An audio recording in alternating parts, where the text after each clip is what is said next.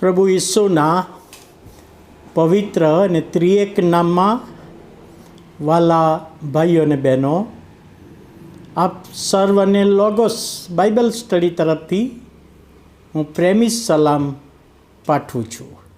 અને આજે 2025ના વર્ષનો 328મો દિવસ 24મી નવેમ્બર 2025 અને સોમવારનો આ દિવસ આપણા જીવનોમાં પ્રભુએ બતાવ્યો.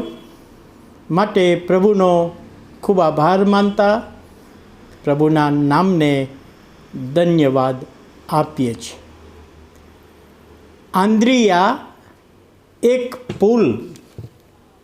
આંદ્રિયાએ પુલ બનવાની સેવા કરી એમ આપણે કહી શકીએ. એનો અર્થ થાય છે બહાદુર અને હિંમતવાન. પ્રભુ ઈસુના જે 12 શિષ્યો અને એમાં આંદ્રિયાને પ્રભુ ઈસુએ પસંદ કર્યો. જ્યારે એને પસંદ કરવામાં આવ્યો ત્યારે આંદ્રિયાએ કોઈ દલીલ કરી નથી, કોઈ નિશાની માગી નથી, કોઈ સાબિતી માગી નથી, પરંતુ ઈસુએ એને તેડ્યો તો એ તેડું સ્વીકારી લીધું. પહેલાં એણે શું કર્યું? પ્રભુ ઈસુને પોતાના જીવનમાં સ્વીકાર્યા. એટલે પોતાના ઘરે ગયો અને પોતાનો ભાઈ પિત્તર એને સાક્ષી આપી. ભાઈ, જે મસીહની આપણે રાહ જોઈએ છીએ એ મસીહ અમને મળ્યો. આજે હું એના ત્યાં જઈને આવ્યો, એ મસીહની સાથે વાત કરીને આવ્યો અને એ મસીહની તમને પણ ઓળખાણ કરાવું. એટલે પિત્તરને એ ઈસુની પાસે લઈ જાય છે. એટલે પિત્તરને માટે આંદ્રિયા પોતાનો ભાઈ પુલ સમાન બને. એ પુલ ઉપરથી ગયો અને જાણે કે મળ્યો.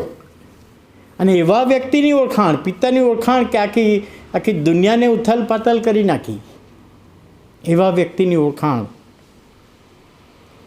જ્યારે પહાડ પરનું ભાષણ હતું, ભૂખ લાગી, ત્યારે કે છે હવે શું કરીએ? ત્યારે ઈસુને શિષ્યોએ પ્રસ્તાવ મૂક્યો કે પ્રભુ જાહેર ખબર આપી દો, એમને મોકલી દો ઘરે, જમીને પાછા આવે. કે જાહેર ખબરના શબ્દો બાઇબલમાં નથી, પણ કહેવાનો ભાવાર્થી જ કે મોકલી દો એમને.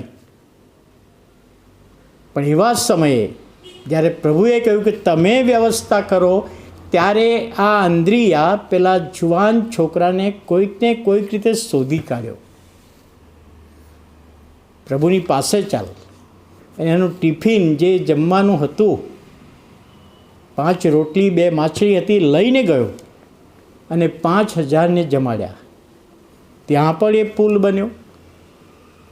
યોહાનની સુવાર્તા તેના 12મા અધ્યાયમાં પાસ્કા પર્વનો સમય છે અને ઘણા બધા ઈસુને મળતા હોય છે રાબી તરીકે, ધર્મગુરુ તરીકે.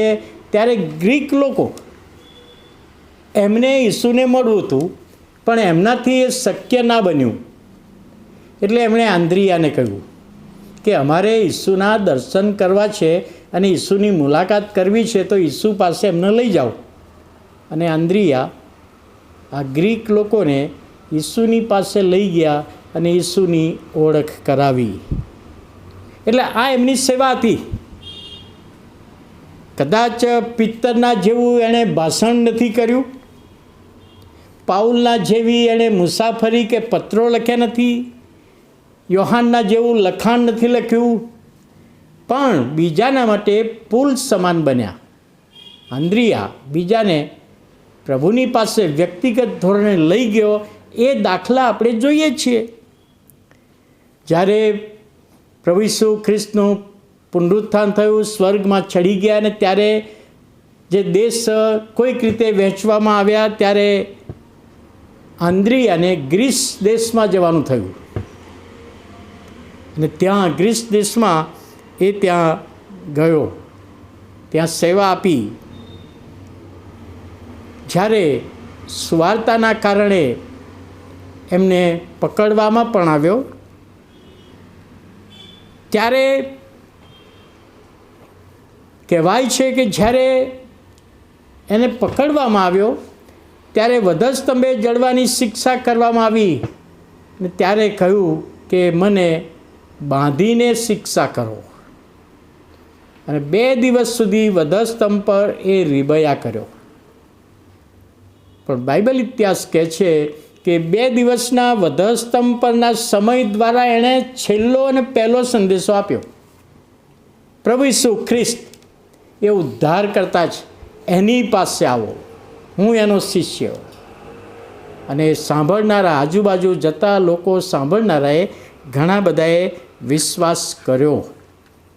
યોહાનની સુવાર્તા 1 અધ્યાય 41મી કલમ પોતાના ભાઈ પિત્તરની પાસે જઈને કહે છે કે મસીહ અમને મળ્યો છે. પ્રભુને સ્વીકાર્યા પછી બેસી રહેતો નથી. અને આ વચન સમજવામાં પ્રભુ આપણને સહાય કરે. પ્રાર્થના કરીએ. પ્રભુ, અમે તમારો આભાર માનીએ છીએ, તમારા નામને ધન્યવાદ આપીએ છીએ આજના દિવસને માટે. ને વાલા પ્રભુ, આંદ્રિયાના જીવન સંબંધી જે બાબત અમે જોઈ શક્યા, પ્રભુ આશીર્વાદિત કરો એ વિનંતી, પ્રાર્થના ઈસુ પ્રભુના નામમાં સાંભળો, માન્ય કરો. આમેન.